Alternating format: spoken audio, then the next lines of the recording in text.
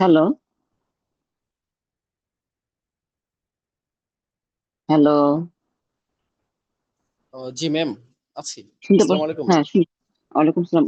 শোনা যাচ্ছে আমাকে পরিষ্কার? জি ম্যাম, শোনা যাচ্ছে। আচ্ছা, আজকে আমরা যে জিনিসটা পড়বো তোমাদেরকে আমি ছবি তুলে পাঠিয়ে দিয়েছি। খুবই সহজ। তোমরা মোটামুটি ক্লাস 5 6 থেকে এটা পড়া শুরু করেছো, ক্লাস 12 পর্যন্ত এটা পড়ে এসছো। উম, সেটা আসলে আজকে আবার আমরা একটুখানি দেখবো যে তোমাদের কতটুকু মনে আছে। তোমরা কি ছবিটা দেখেছো, আমি যে ছবি পাঠিয়েছি? জি ম্যাম, দেখেছি। আচ্ছা, এগুলো তোমাদের পরিচিত না? জি ম্যাম। আচ্ছা, ঠিক আছে। তাহলে আমরা ক্লাস শুরু করি। ক্লাস শুরু করবার আগে আমি একটুখানি প্রশ্ন বলি, তোমরা এই প্রশ্নগুলো একটু লিখে রাখো। 3 সেকশনেরই সবাই আছো এখানে, এ বি সি। তাহলে কোশ্চেন গুলো আমার রিপিট করতে হবে না। এ বি সি 3 সেকশনেরই আছো।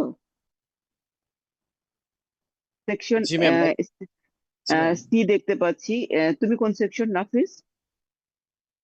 ম্যাম ম্যাম, সেকশন এ। সেকশন এ। সেকশন বি এর কে আছো?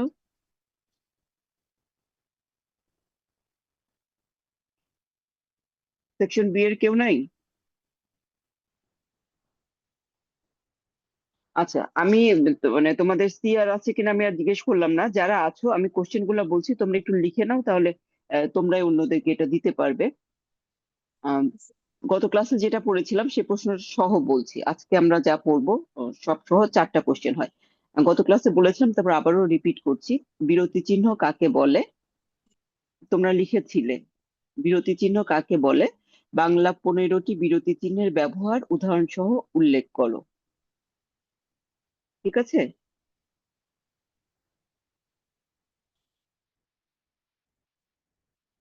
তারপরে 2 নাম্বার যেটা, বাংলা ভাষায় শব্দ কয়টি উপায়ে তৈরি করা হয়, বা বাংলা ভাষায় শব্দ কয়টি উপায়ে তৈরি হয়? বাংলা ভাষায় শব্দ কয়টি উপায়ে তৈরি হয়, উদাহরণ সহ আলোচনা করো। লিখতে পেরেছো সবাই?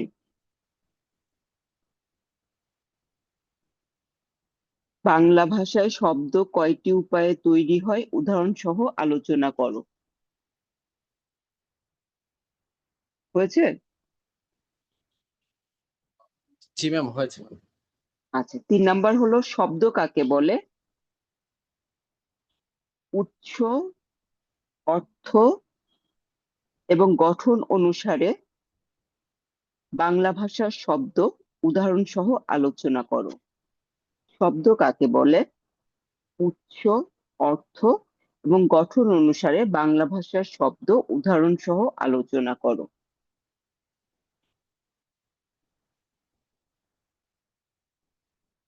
ঠিক আছে।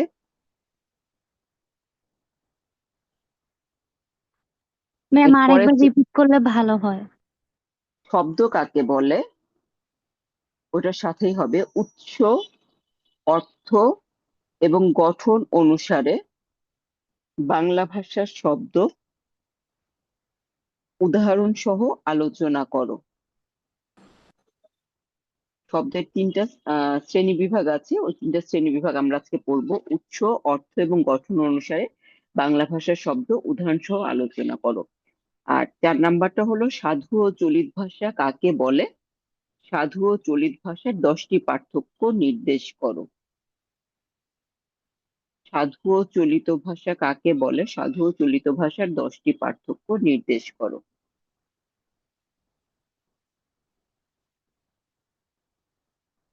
ঠিক আছে।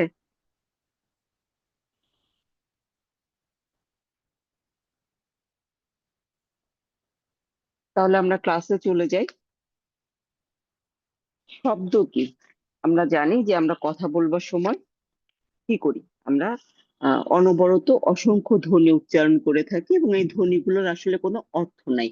এই অর্থহীন ধ্বনি একত্রিত হয়ে শব্দ তৈরি করে। তাহলে শব্দের অন্যতম প্রধান বৈশিষ্ট্য, শব্দের অবশ্যই অর্থ থাকতে হবে। আমরা দেখেছি যে ধ্বনির অর্থ নাই, কিন্তু শব্দের অর্থ আছে, এবং এই অর্থপূর্ণ শব্দ একত্রিত হয়ে বাক্য তৈরি করে। ধ্বনি, ধ্বনি থেকে শব্দ, শব্দ থেকে বাক্য, এভাবে তৈরি হচ্ছে। এবং আমরা দেখতে পাচ্ছি সেটা হলো যে ধ্বনির কোনো অর্থ নাই, কিন্তু শব্দের অর্থ আছে, আবার বাক্যের অর্থ আছে। আমি একটু হোয়াইট বোর্ড শেয়ার করছি, তোমরা অনুগ্রহ করে কেউ দাগাদাগি করো না এখানে। তাহলে উম শব্দের যদি ডেফিনেশন, তোমাদের একটা কোশ্চেন শুনে শব্দের ডেফিনেশন চাওয়া হয়েছে, শব্দের ডেফিনেশন বলার কিছু নেই, ওটা তোমরা নিজেরাই পড়ে নিবে। এখন আমরা আসি যে শব্দের শ্রেণী বিভাগ। আমরা দেখলাম যে উৎস অনুযায়ী, অর্থ অনুযায়ী, গঠন অনুযায়ী। তো শব্দের এরকম শ্রেণী বিভাগ যদি আলোচনা করি, প্রথমেই আসে হলো উৎস বিবেচনায়। উৎস অনুযায়ী বাংলা ভাষার শব্দকে ভাগ করা হয়। উৎস অনুসারে বাংলা ভাষা শব্দকে 6 ভাগে ভাগ করা হয়। 6 ভাগের মধ্যে এই 5 ভাগ তোমরা অবশ্যই পড়েছো। 6 নাম্বারটা পড়েছো কিনা আমার একটু ডাউট আছে, পড়লেও পড়তে পারো। প্রথমটা হলো তৎসম শব্দ। তার তৎসম, আচ্ছা, একটা একটা করে আমরা আলোচনা করি। তৎসম মানে কি? তার সমান। তার বলতে কাকে বোঝানো হচ্ছে? সংস্কৃত। যে সমস্ত শব্দ সংস্কৃত থেকে সরাসরি বাংলা ভাষাতে এসেছে, সেই সমস্ত শব্দগুলোকে বলা হচ্ছে হলো তৎসম শব্দ। এই শব্দগুলো কিন্তু উচ্চারণ হয়তো কিছুটা পরিবর্তন হয়ে গেছে, বানানটা অপরিবর্তিতই রয়ে গেছে। তাহলে যে সমস্ত শব্দ সরাসরি সংস্কৃত থেকে বাংলা ভাষায় প্রবেশ করেছে বা ওই অনুসারেই ব্যবহার করা হয় এখনো বাংলা ভাষায়, সেটাকে বলা হচ্ছে তৎসম শব্দ। তৎসম শব্দে অজস্র শব্দ আছে। বাংলা ভাষাতে মোট শব্দের পরিমাণ ধরো প্রায় 1,25,30,000, তার মধ্যে তৎসম শব্দই আছে তোমার প্রায় 55,000-এর মতো আছে তৎসম শব্দ। এটা হবে না, তাহলে 55,000-এর মতো আছে তৎসম শব্দ। আর বাংলা ভাষার মোট শব্দই যেখানে হলো 1,25,000 থেকে 1,30,000, বা এর কম বেশি কিছু হতে পারে। তো তার মধ্যে দেখো একটা বিরাট একটা সংখ্যা হলো তৎসম শব্দ। এই তাহলে অজস্র তৎসম শব্দ আমরা আমাদের ভাষাতে ব্যবহার করে থাকি। যেমন ধরো বৃক্ষ, নদী, সমুদ্র, সূর্য, আকাশ, চন্দ্র, মৃত্যু, জীবন, অগ্নি, মুদ্রা, সাহস, এই সমস্ত কিছু শব্দগুলোই হলো তৎসম শব্দ। তারপরে আমরা দেখতে পাচ্ছি তদ্ভব শব্দ। তদ্ভবটা এভাবেও লেখা যায়, আবার আহ বইতে যেটা আছে সেটা হলো তদ্ভব, এভাবে ভেঙেও লিখেছে। তোমরা যে কোনো একটা লিখলেই হবে তদ্ভব। তো তদ্ভব কোনটা? আহ তৎসম থেকে সংস্কৃত থেকে যেটা সরাসরি এসেছে সেটাকে আমরা বলছি তৎসম। আর তদ্ভব হলো যেসব শব্দ কালের পরিবর্তনের সাথে, বিবর্তনের সাথে সাথে, আমরা বাংলা ভাষার উদ্ভব বিকাশ যখন পড়েছি তখন আমরা প্রাকৃত পড়েছি, অপভ্রংশ পড়েছি। তো এই কালের বিবর্তনের সাথে এই প্রাকৃত, অপভ্রংশ, এগুলোর বিভিন্ন স্তর পার হয়ে যখন বাংলা ভাষাতে এসেছে, অপভ্রংশ এগুলোর বিভিন্ন স্তর পার হয়ে যখন বাংলা ভাষাতে এসেছে, তখন সেটাকে বলা হচ্ছে হলো তদ্ভব শব্দ। তাহলে সরাসরি সংস্কৃত থেকে বাংলাতে এটা আসেনি, কিছুটা পরিবর্তিত হয়ে বাংলা ভাষায় সেটা ব্যবহৃত হচ্ছে। যেমন ধরো সংস্কৃত মূল শব্দ যেটা হলো সংস্কৃত শব্দ, তারপরে সেটা প্রাকৃত স্তরে গেল, প্রাকৃত, তারপরে সেটা আসলো বাংলাতে। সংস্কৃতের মূলে ধরো ছিল ভক্ত। ভক্ত সেটা প্রাকৃতে এসে হলো ভত্ত। সময়ের পরিক্রমায় এই কয়ত হয়ে গেল তয়ত, এবং সেটা বাংলাতে কি হলো? বাংলাতে গিয়ে হলো ভাত। তাহলে দেখো কোথায় ভক্ত, ভক্ত মানে আমরা কি চিন্তা করি যে গুরু শিষ্যের যে একটা ভক্তের সম্পর্ক, সেরকম কিন্তু সেটা আসলে আমরা দেখতে পাচ্ছি না। সংস্কৃতিতে যেটা ছিল সেটার অর্থ বাংলাতে এসে হয়ে গেল ভাত। ভক্ত, ভত্ত, ভাত। তারপরে আরেকটা শব্দ যদি আমরা নেই, কাষ্ঠ, এটা প্রাকৃতে হলো কট্ঠ। ক ট ঠ, কট্ঠ, বাংলাতে হলো কাঠ। এটা গেল তদ্ভব শব্দ। এরপরে আমরা দেখি অর্ধতৎসম শব্দ। অর্ধতৎসম শব্দ কি? যেসব সংস্কৃত শব্দ সংস্কৃত শব্দ, আমরা কিন্তু এখনো সংস্কৃত শব্দের মধ্যে আছি, যে সংস্কৃত থেকে সরাসরি এসছে, সংস্কৃত থেকে প্রাকৃত অপভ্রংশ স্তর পার হয়ে এসছে। আবার এখন আমরা যেটা পড়ছি অর্ধ তৎসম, অর্ধ তৎসম, এটা কিভাবে এসছে? সংস্কৃত শব্দ, সেটা আমরা ভুল করে যখন উচ্চারণ করি, অর্থাৎ প্রচলিত যেটা আছে সেটা ভুল, মানে শুদ্ধ না। ধর কারো একজনের কাছে উচ্চারণ কঠিন মনে হলো, সে কিছুটা চেঞ্জ করে সহজ করে উচ্চারণ করলো, কিন্তু এই যে চেঞ্জ করে যে উচ্চারণ করলো, এতে কিন্তু উচ্চারণে কিছুটা ভুল হলো, কিন্তু তারপরেও সেটা যেহেতু প্রচলিত হয়ে আছে, সেই শব্দটা ওভাবেই এখনো ভাষাতে ব্যবহৃত হচ্ছে। অর্থাৎ যে সমস্ত শব্দ আমাদের উচ্চারণের সময় ঠিক মতো না হয়ে ভুল ভাবে বা বিকৃত ভাবে আমরা উচ্চারণ করি, কিন্তু সেই বিকৃত রূপটি এখনো ভাষায় ব্যবহৃত হচ্ছে, সেই শব্দগুলোকে বলা হয় হলো অর্ধ তৎসম শব্দ। যেমন ধরো আহ তৎসম শব্দ হলো ঘৃণা। এটা আমরা বাংলাতে অনেক সময় ঘেন্না বলে থাকি। তাহলে ঘৃণা যে আমরা ভুল করে উচ্চারণ করছি ঘেন্না, এটা কিন্তু এখনো প্রমিত বাংলায় প্রচলিত না, কিন্তু আঞ্চলিক বাংলাতে বা কথ্য ভাষাতে আমরা ঘেন্না অনেক সময় ব্যবহার করে থাকি। তাহলে এটাই কিন্তু প্রচলিত আছে, এটা হলো অর্ধ তৎসম শব্দ। তারপরে আছে তোমার গৃহিণী। গৃহিণী, এটা প্রচলিত বাংলাতে আমরা গিন্নি হিসাবে দেখতে পাই। তাহলে এগুলো ভুলভাবে উচ্চারণ করার সত্ত্বেও এই শব্দগুলো বাংলাতে এখনো যেহেতু এভাবে প্রচলিত আছে, এই ধরনের শব্দকে বলা হচ্ছে হলো তোমার অর্ধ তৎসম শব্দ। এরপরে আমরা আসি দেশি শব্দ। দেশি শব্দ কোনগুলো? আমরা যখন বাংলা ভাষার উদ্ভব বিকাশ পড়েছি, তখন দেখেছি যে আর্যরা ভারতবর্ষে বা এই দেশে আগমনের আগে যারা বসবাস করতো তাদেরকে বলা হতো অনার্য। এই অনার্যদের ভাষার কিছু শব্দ, বেশ কিছু শব্দ বাংলা ভাষায় এখনো প্রচলিত রয়েছে। এই যে আদিবাসী যারা ছিল অনার্য, তাদের ভাষার যে সমস্ত শব্দ এখনো আমাদের ভাষাতে প্রচলিত আছে, সেই শব্দগুলোকে আসলে দেশি শব্দ বলা হয়। এই ধরনের অসংখ্য শব্দ আমাদের ভাষায় আমরা ব্যবহার করে থাকি। ঢেকি, ঢেউ, কুলো, ঝাঁটা, চাউল, মাঠ, কলা, তারপরে গাড়ি, ডাব, দোয়েল, এই সমস্ত শব্দকে বলা হচ্ছে দেশি শব্দ। এখন আমরা আসি বিদেশি শব্দ। বিদেশি শব্দ কোনগুলো? বিদেশি শব্দ হলো, আমরা জানি যে ব্রিটিশরা প্রায় 200 বছরের মতো ভারতবর্ষ শাসন করেছে। এছাড়া ওই সময়তে কিন্তু ব্রিটিশরা মূলত আসলে ব্যবসা বাণিজ্যের জন্যই ভারতবর্ষে এসেছিল। তারপরে এসে দেখলো না ভারতবর্ষে অনেক সম্পদ আছে, আবার এদেশের লোকজন বোকাশোকা, আবার কিছুটা লোভীও, এদেরকে একটু লোভ টোপ দেখিয়ে চাইলে তো আমরা ব্যবসা বাণিজ্য কেন, চাইলে দেশটাই আমরা দখল করে নিতে পারি। ইনফ্যাক্ট তারা সেটাই করেছিল। মীর জাফরের যে বিশ্বাসঘাতকতা আমরা জানি, সেটা তো তাকে লোভ দেখিয়েছিল যে তাকে এইটা দেয়া হবে ওইটা দেয়া হবে। তো তার বিশ্বাসঘাতকতার জন্যই তো তখন দেখা গিয়েছিল যে ব্রিটিশরা ভারত উপমহাদেশটা দখল করতে পেরেছিল। তো ওই সময়তে ব্রিটিশরা ছাড়াও, ইংরেজরা ছাড়াও পর্তুগিজ, তারপরে তোমার ফ্রেঞ্চ, তারপরে এরকম বিভিন্ন দেশের লোকজন তারা ব্যবসা বাণিজ্যের জন্য এদেশে এসেছিল। তো যেহেতু তারা এদেশে এসেছে, এদেশে থেকেছে, এদেশে মানুষের সাথে মেলামেশা করেছে, খুব স্বাভাবিকভাবে তাদের ভাষার বেশ কিছু শব্দ আমাদের ভাষাতে ব্যবহৃত, মানে এখনো প্রচলিত আছে। এর মধ্যে আবার কিছু ধর্মীয় কারণেও কিছু শব্দ আমরা দেখতে পাই, বিশেষ করে আরবি ফার্সি যে শব্দগুলো আছে সেগুলো আসলে ধর্মীয় ক্ষেত্রে, আইন আদালতের ক্ষেত্রে আরবি ফার্সি শব্দ অধিক প্রচলিত। তো ফার্সি থেকে, বিদেশি ভাষা থেকে যে শব্দগুলো এসছে সেই শব্দগুলোকে বলা হচ্ছে বিদেশি শব্দ। এতক্ষণ আমরা যেগুলো পড়লাম দেশি শব্দ ছাড়া তোমার তৎসম, তদ্ভব, অর্ধ তৎসম সব ছিল হলো সংস্কৃত থেকে।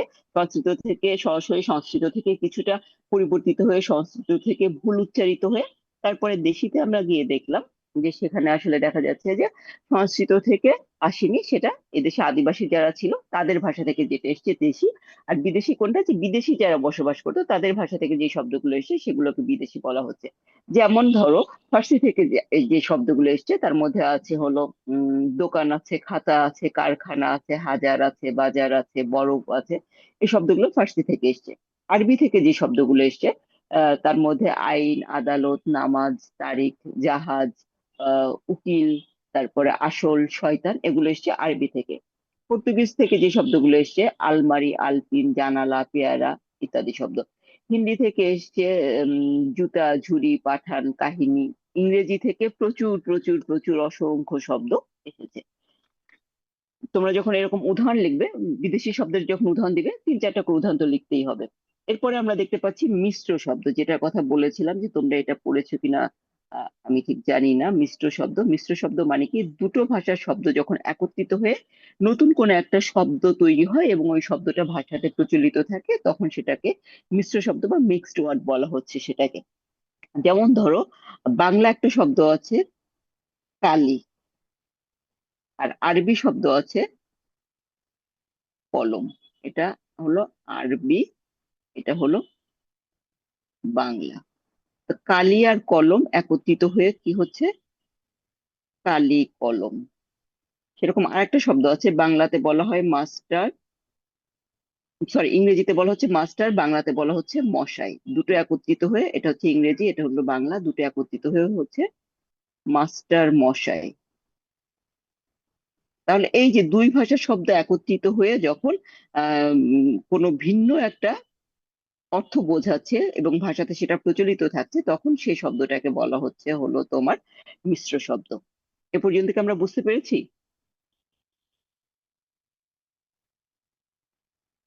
এ পর্যন্ত আমরা বুঝতে পেরেছি সবাই? জি ম্যাম, বুঝতে পারছি। আচ্ছা। আহ, প্রথমে দিকে বলেছিলাম যে আমাদের ভাষাতে 1,25,000 থেকে 1,30,000-এর মধ্যে শব্দ আছে, তার মধ্যে তৎসম শব্দের সংখ্যা প্রায় 55,000। আরবি ফার্সি আছে 2,500, 400 আছে তুর্কি শব্দ, 150 মতো আছে পর্তুগিজ ও ফরাসি শব্দ, ইংরেজি থেকে এসেছে কয়েক হাজার শব্দ। এছাড়াও জাপানি, চীনা, বার্মিজ, মারাঠি ইত্যাদি ভাষার শব্দ আমাদের ভাষাতে রয়েছে। এখন আমরা দেখব অর্থ অনুসারে শব্দের শ্রেণী বিভাগ। অর্থ অনুসারে শব্দের শ্রেণীবিভাগ, এটা একটু জটিল, একটুখানি মনোযোগ দিয়ে দেখো। অর্থ অনুসারে বাংলা শব্দকে 3 ভাগে ভাগ করা হচ্ছে। একটা হলো যৌগিক শব্দ, 2 নাম্বার হলো রূঢ়ি শব্দ, 3 নাম্বার হচ্ছে যোগরূঢ়।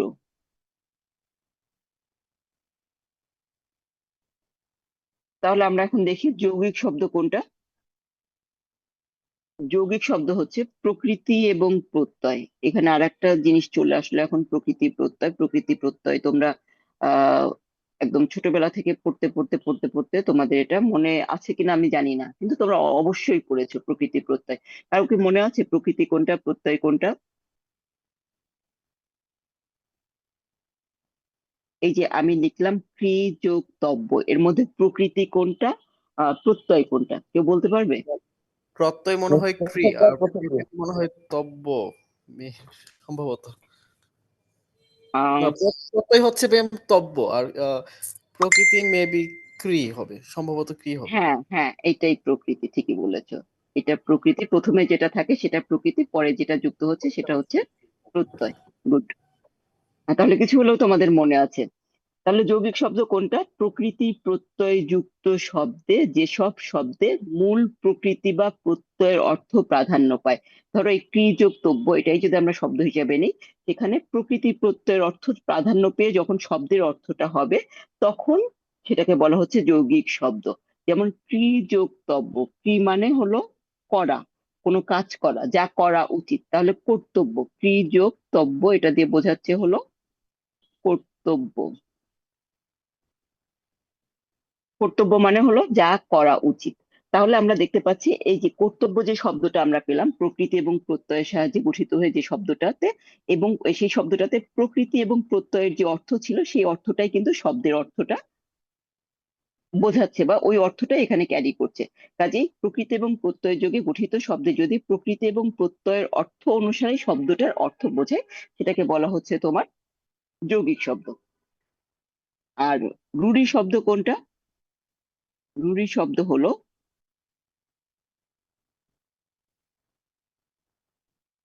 প্রকৃতি এবং প্রত্যয় দিয়ে গঠিত শব্দে যদি প্রকৃতি এবং প্রত্যয়ের অর্থ প্রাধান্য না পেয়ে অন্য কোনো অর্থ প্রাধান্য পায়, সেটা হচ্ছে আহ রূঢ়ি শব্দ। বাস যোগ ই, বাস মানে কি আমরা সবাই জানি, পরীক্ষার সময় তোমরা মাঝে মাঝে বাসও খাও, তাই না? আচ্ছা, তাহলে দেখা যাচ্ছে যে বাস যোগ ই, বাঁশ বলতে ব্যাম্বো মানে একটা উদ্ভিদ জাতীয় কোনো কিছু বোঝানো হচ্ছে, কিন্তু বাঁশি দিয়ে কি বোঝানো হচ্ছে? বাঁশি দিয়ে কি কোনো উদ্ভিদ টাইপের কোনো কিছু বোঝানো হয়?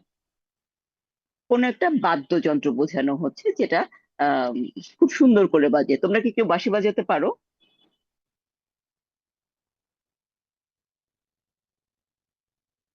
কেউ কি বাঁশি বাজাতে পারো তোমাদের ক্লাসে? 3টা সেকশন আছে তোমরা। না মিস। গিটার বাজাতে পারো?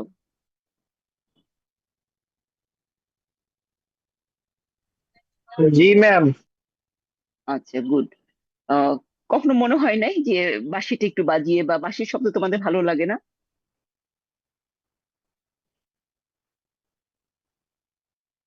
না ম্যাম। লাগে না?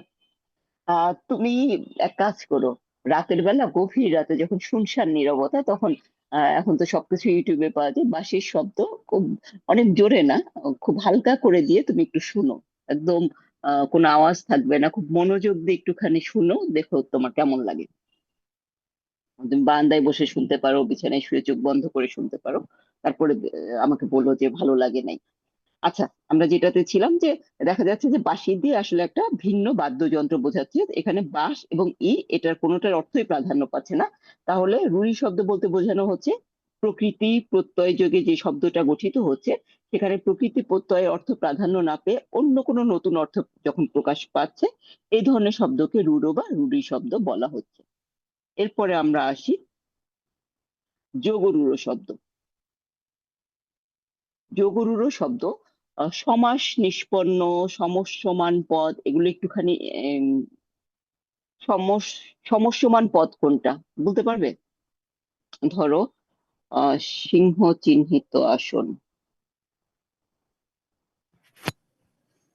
সিংহ চিহ্নিত আসনকে কি বলা হয় সমাসবদ্ধ করলে? সিংহাসন। সিংহাসন। Good. সিংহাসন। এই সিংহাসনটাকে বলা হচ্ছে সমস্ত পদ। আর এই যে সিংহ চিহ্নিত আসন, এটাকে প্রত্যেকটাকে বলা হচ্ছে সমস্যমান পদ। তাহলে এই যে সমাস নিষ্পন্ন যে পদটা, সেটাকে বলা হচ্ছে সমস্ত পদ। আর সমস্যমান সমস্ত পদের ভেতরে যে পদগুলো থাকে, অর্থাৎ সমস্ত পদটির ভেতরে যে অন্তর্গত যে সমস্ত পদ আছে বা যে সমস্ত শব্দ আছে, সেগুলোকে বলা হচ্ছে তোমার সমস্যমান পদ। এটা হচ্ছে সমস্ত পদ, সমস্ত পদ। আর এর প্রত্যেকটাকে বলা হচ্ছে সমস্যমান পদ। আর একটা গুরুত্বপূর্ণ কথা বলতে ভুলে গিয়েছি, শব্দ যখন বাক্যে ব্যবহৃত হয় তখন কিন্তু সেটা আর শব্দ থাকে না, সেটা তখন পদ হয়ে যায়। যখন কোনো আমি ভাত খাই, আমি যখন শুধু ভাত বলবো তখন একটা শব্দ, আমি ভাত খাই যখন বলবো তখন কিন্তু সেটা এখানে বিশেষ্য হয়ে যাচ্ছে, তখন সেটা একটা পদ হচ্ছে। তাহলে সমস্ত পদ, সমস্যমান পদ, এগুলো আমরা একটু জানলাম। এখন আমরা দেখি যোগরূঢ় শব্দ কি আছে। যোগরূঢ় শব্দতে যেটা আছে সেটা হলো যে সমাস নিষ্পন্ন যেসব শব্দ সমস্যমান পদের অর্থ অনুসরণ না করে নতুন সমস্যমান পদের, মানে ওর ভেতরে এই যে সিংহ চিহ্নিত আসন, সিংহাসন, সিংহর সাথে আসন মানে সিংহ বসে থাকে, সিংহ হলো বনের রাজা, বনের রাজা যে আসনে বসে থাকে সেটা সাথে সিম্বলিক অর্থে যে আমাদের একটা সময় রাজারা সিংহাসনে বসে দেশ পরিচালনা করতে, সেই হিসাবে বলা হতো। এখন আর রাজারা সিংহাসনে বসে দেশ পরিচালনা করেন না, বা ওইরকম সিংহাসন বিষয়টা নাই, তারপরেও রাষ্ট্রপ্রধানের যে চেয়ার সেটাকে সিংহাসন অর্থেই ধরা হয়। তাহলে দেখা যাচ্ছে যে সমাস নিষ্পন্ন যে সমস্ত সমস্যমান পদের অর্থ অনুসরণ না করে অন্য কোনো অর্থ বোঝায়, সেটাকে বলা হচ্ছে যোগরূঢ়। যেমন পঙ্কজ। পঙ্কজ, পঙ্কজ মানে কি? পঙ্কজ দিয়ে কি বোঝানো হয়? পঙ্কজ দিয়ে বোঝানো মিস পঙ্খী টাইপের নৌকা। না। পঙ্কজ মানে পদ্ম ফুল। পঙ্কজ অর্থ পদ্ম ফুল। কিন্তু পঙ্কজ এটাকে যদি আমরা সন্ধি বিচ্ছেদ করি, সরি সমাস হিসেবে আমরা দেখাতে চাই, যদি আমরা এটার সমস্যমান পদকে দেখাতে চাই, পঙ্কে জন্মে যা, পঙ্কে জন্মে যা, সেটা হচ্ছে পঙ্কজ। ওকে, পঙ্ক মানে কি তাহলে? পঙ্ক মানে কি? কাদা। কাদাতে যেটা জন্মে সেটাকে বলা হচ্ছে পঙ্কজ। তো কাদাতে শুধু কাদা পানি এরকম থাকবে, মানে পানিও থাকবে কাদাও থাকবে, মানে অনেক গভীর পানি না, এরকম কোনো কিছু বোঝাচ্ছে। এরকম অগভীর পানিতে শুধু পদ্ম ফুলই জন্মায় না, আরো অনেক কিছুই তো জন্মায়। কিন্তু পঙ্কজ অর্থ শুধুমাত্র আমরা পদ্ম ফুলকেই বোঝাচ্ছি। তাহলে এই যে সমাস নিষ্পন্ন পদ অনুসারে কিন্তু পঙ্কে জন্মে যা কাদা জন্মায়, তারপরে কচুরিপানা জন্মায়, আরো অনেক কিছু জন্মায়। এরকম কোনো কিছু অন্য কোনো কিছুকে না বুঝিয়ে যখন আমি নির্দিষ্ট কোনো একটা কিছুকে বোঝাচ্ছি তখন সেটা হয়ে যাচ্ছে হলো তোমার আহ যোগরূঢ় শব্দ। এই যে পঙ্কে জন্মে যা পঙ্কজ, পঙ্কজ হলো পদ্মফুল, পঙ্কে আরো অনেক কিছু জন্মে, সেগুলোকে আমরা না বুঝিয়ে আমরা শুধুমাত্র পদ্মফুলকে বোঝাচ্ছি, এই কারণে এটাকে বলা হচ্ছে, এটা বিশেষ অর্থ প্রকাশ করছে, এই কারণে এটাকে যোগরূঢ় শব্দ বলা হচ্ছে।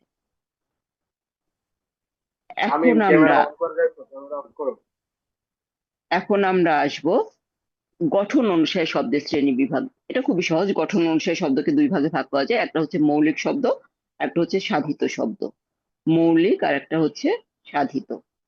মৌলিক শব্দ মানে কি, যে শব্দটাকে ছোট করে ভাঙা যায় না সেটাকে মৌলিক শব্দ বলে। ওই যে রূপমূলের মতো, ভাঙলে আর কোনো অর্থ পাওয়া যায় না।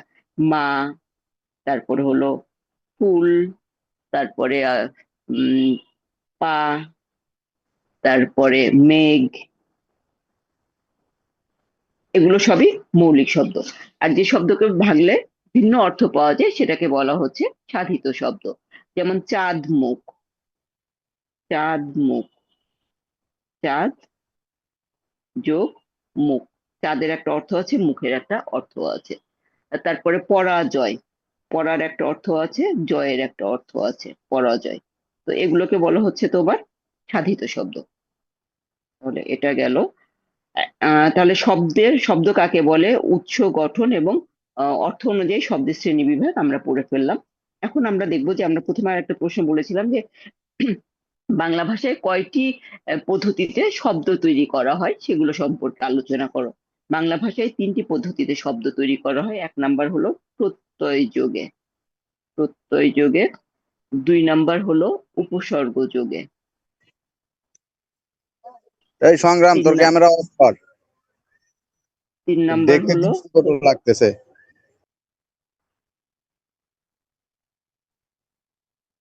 3 নাম্বার হলো সমাস যোগে। তাহলে প্রত্যয় যোগে কোনটা? প্রত্যয় কি এর আগে আমরা পড়েছি? প্রত্যয় কি তোমাদের কাছে জানতে চেয়েছি। প্রত্যয় 2 প্রকার হয়। একটা হলো কৃৎ প্রত্যয়। তোমাদের যখন প্রত্যয় যোগে লিখবে তখন লিখতে হবে যে প্রত্যয় যোগে কিভাবে হচ্ছে। প্রত্যয় বাংলা ভাষায় 2 প্রকার, একটা হচ্ছে কৃৎ প্রত্যয় আর একটা হচ্ছে তদ্ধিত তদ্ধিত প্রত্যয়। কৃৎ প্রত্যয় কি, যেটা দিয়ে কোনো কিছু করা বোঝায়, সেটা হচ্ছে কৃৎ প্রত্যয়। ধাতু বা ক্রিয়া প্রকৃতির সাথে, এটা সাধারণত ধাতু বা ক্রিয়া প্রকৃতির সাথে যে প্রত্যয় যুক্ত হয় সেটা কে বলা হচ্ছে কৃৎ প্রত্যয়। যেমন চল যোগ অন্ত, এখানে প্রত্যয় কোনটা? প্রত্যয় হলো শেষেরটা, এটা হলো প্রকৃতি। তাহলে ধাতুর সাথে, বা ধাতু মানে শব্দের মূল যেটা, ধাতু বা ক্রিয়া প্রকৃতি, এটাকে যদি তোমাদের ধাতু কঠিন মনে হয় তাহলে ক্রিয়া প্রকৃতি। প্রকৃতিটা কি বোঝাচ্ছে? কোনো কাজ বোঝাচ্ছে, এই জন্য ক্রিয়া প্রকৃতি। তাহলে ক্রিয়া প্রকৃতির সাথে যে প্রত্যয় যুক্ত হয়ে নতুন শব্দ গঠিত হচ্ছে সেটাকে বলা হচ্ছে কৃৎ প্রত্যয়। চল যোগ অন্ত, চলন্ত মানে মুভ করা বা চলা, এরকম কোনো কিছুকে বোঝানো হচ্ছে। আর তদ্ধিত প্রত্যয় কোনটা? তদ্ধিত প্রত্যয় হলো নাম প্রকৃতির সাথে, এটা হলো ক্রিয়া, ভার্ব, কাজ বোঝাচ্ছে। আর নাম প্রকৃতির সাথে যে প্রত্যয় যুক্ত হয়ে নতুন শব্দ গঠিত হয় তাকে বলা হচ্ছে তদ্ধিত প্রত্যয়। যেমন ফুল যোগ এল, ফুলেল।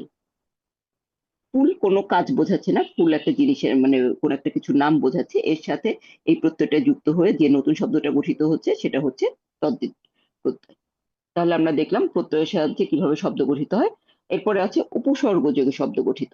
উপসর্গ কি? উপসর্গ সাধারণত আহ শব্দের আগে বসে, বা প্রত্যয়ের আগে যেটা বসে সেটাকে উপসর্গ বলা হচ্ছে।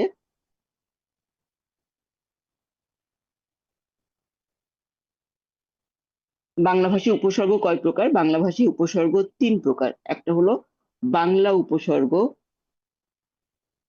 এগুলো আমি আর ডিটেল পড়ালাম না, তোমরা জানো এগুলো। 2 নাম্বার হলো সংস্কৃত উপসর্গ, বাংলা থেকে যেগুলো এসছে সেগুলো বাংলা উপসর্গ, সংস্কৃত থেকে যেগুলো এসছে সেগুলো সংস্কৃত উপসর্গ। আর বিদেশি বিভিন্ন ভাষা থেকে যে উপসর্গগুলো এসছে সেগুলোকে বলা হচ্ছে বিদেশি বিদেশি উপসর্গ। তো এরকম বাংলা উপসর্গ যেগুলো আছে মানে হলো ওই যে আদি অধিবাসী যারা অনার্য যারা ছিল তাদের ভাষা থেকে যে উপসর্গগুলো বাংলা ভাষায় এসছে সেগুলোকে বলা হচ্ছে বাংলা উপসর্গ। বাংলা উপসর্গের সংখ্যা হলো 21টি। এগুলোও তোমরা জানো, সবই তোমরা পড়েছো।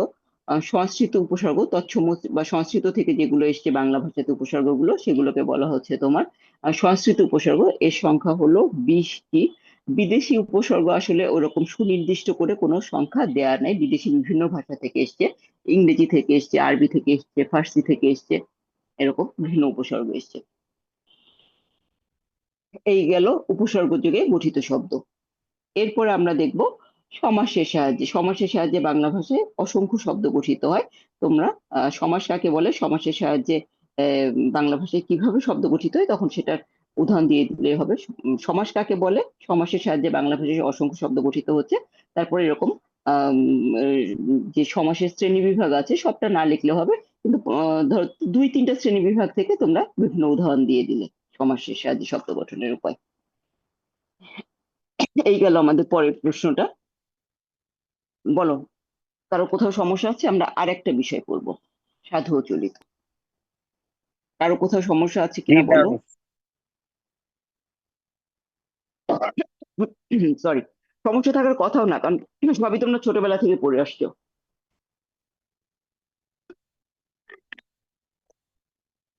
সাধু এবং চলিত ভাষা। সাধু চলিত ভাষাটা কি? সাধু চলিত ভাষা হলো, আমরা জানি আমরা যখন আহ বাংলা সাহিত্যের প্রাচীন যুগ পড়েছি সেখানটাতে আহ প্রাচীন যুগ, তারপরে মধ্যযুগ, এগুলো যখন পড়েছি ওই সময়ের যে এই সময় সাহিত্যের উপাদান ছিল হলো চর্যাপদ। আর এখানটাতে আমরা এসে পেলাম শ্রীকৃষ্ণ কীর্তন, তারপরে মঙ্গল কাব্য, এরকম আরো অনেক কিছু পেলাম।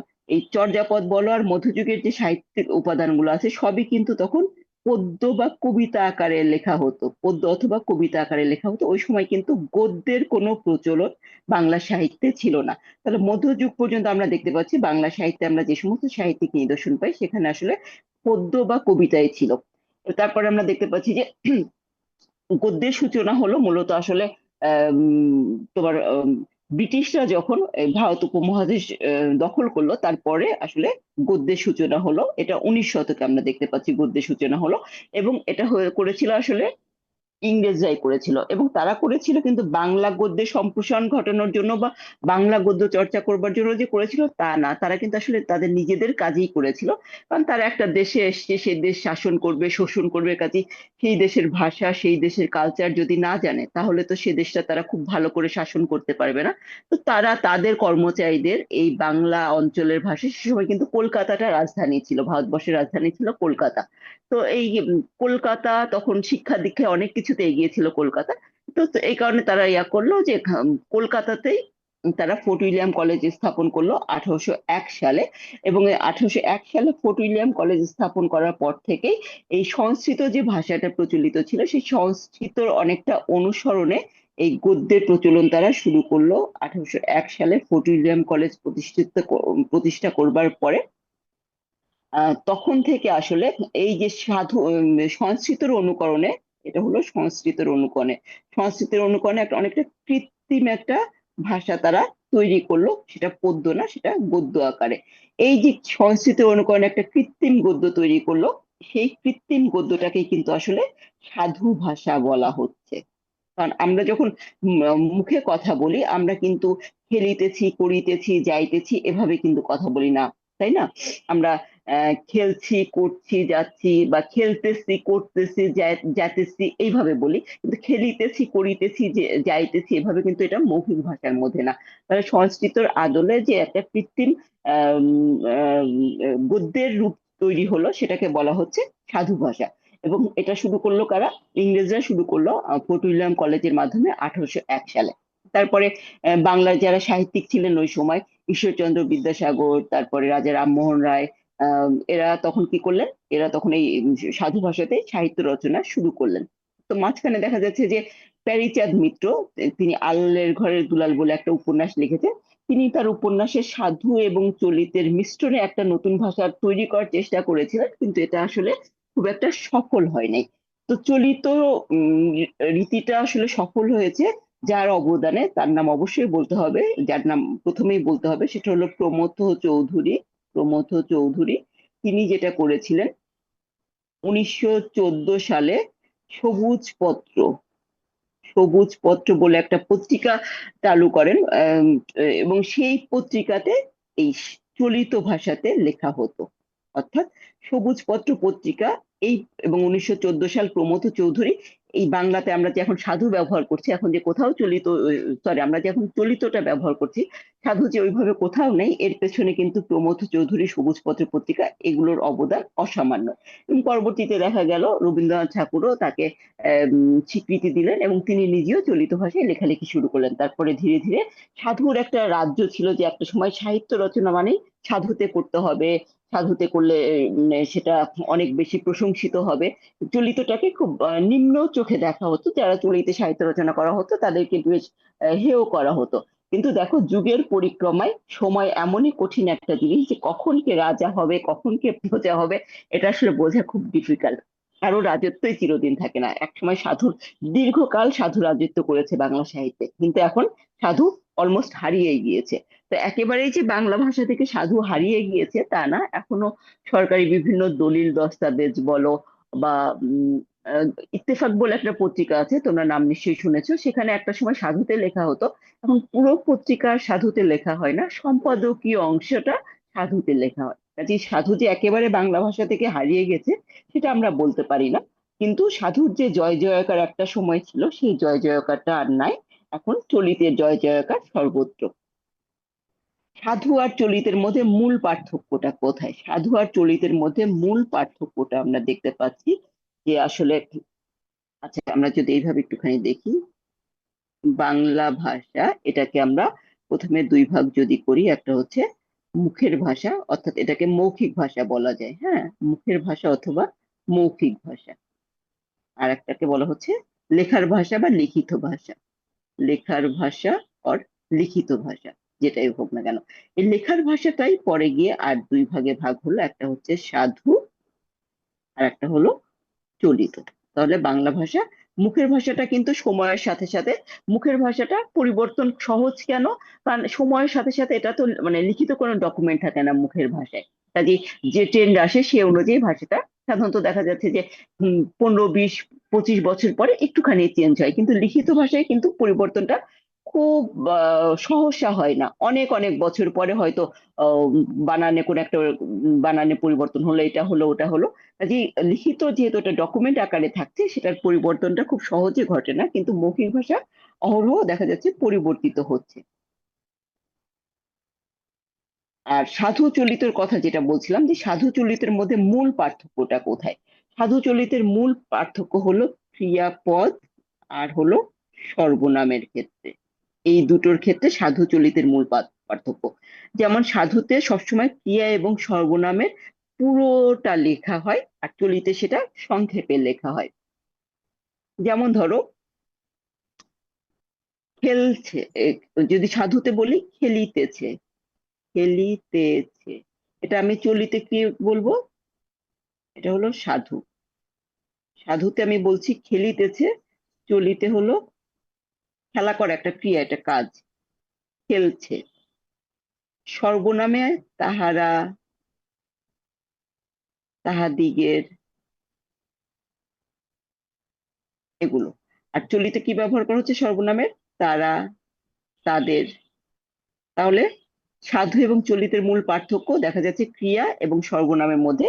সাধুতে ক্রিয়া সর্বনামের পুরোটা ব্যবহার করা হচ্ছে, আর চলিতেতে দেখা যাচ্ছে সেটা সংক্ষিপ্ত রূপটা ব্যবহার করা হচ্ছে। এছাড়া অন্য ক্ষেত্রে সাধু চলিতে কিন্তু খুব একটা বেশি তফাৎ নাই। তারপরেও আমরা দেখি সাধু চলিতের মধ্যে কি কি পার্থক্য এখানে আছে। সাধু চলিত ভাষার পার্থক্য, সাধু ভাষা সাধারণত ব্যাকরণের যে নিয়ম কানুন আছে সেটা খুব কঠিন ভাবে মেনে চলে এবং সহসা পরিবর্তিত হয় না। চলিত ভাষা ব্যাকরণের নিয়মটা যে খুব কঠোরভাবে মেনে চলে তা না, মাঝে মাঝে কোনো কোনো ক্ষেত্রে সেটা পরিবর্তিত হয়। সাধু ভাষা কৃত্রিম, উচ্চারণের সময় লাগে এবং কষ্টসাধ্য। আহ, সে আহ, তাহাদিগকে আহ, আমি মাঠে খেলিতে দেখিয়াছিলাম, তো এই যে উচ্চারণ করতে সময় বেশি লাগছে, তারপরে উচ্চারণ করা যথেষ্ট কষ্টসাধ্য বা শুনতেও কেমন একটু আর্টিফিশিয়াল মনে হচ্ছে, এ কারণে বলা হচ্ছে যে সাধু ভাষা কৃত্রিম, উচ্চারণে সময় লাগে এবং কষ্টসাধ্য। চলিত ভাষা স্বাভাবিক, উচ্চারণে কম সময় লাগে এবং এখানে কোনো কৃত্রিমতা নেই। সাধু ভাষা গুরু গম্ভীর, মানে এই যে একটু কঠিন কঠিন, কেমন একটু কঠিন কঠিন ভাব আছে এটার মধ্যে।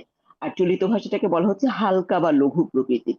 সাধু ভাষা সাধারণত কথাবার্তা, বক্তৃতা বা নাটকের সংলাপের উপযোগী নয়। চলিত ভাষায় আমরা কথাবার্তা, আমরা নর্মালি কথাবার্তা বলি বা নাটক দেখি বা বক্তৃতা দেয়া হয় যখন, তখন চলিতেই সেটা দেয়া হয়।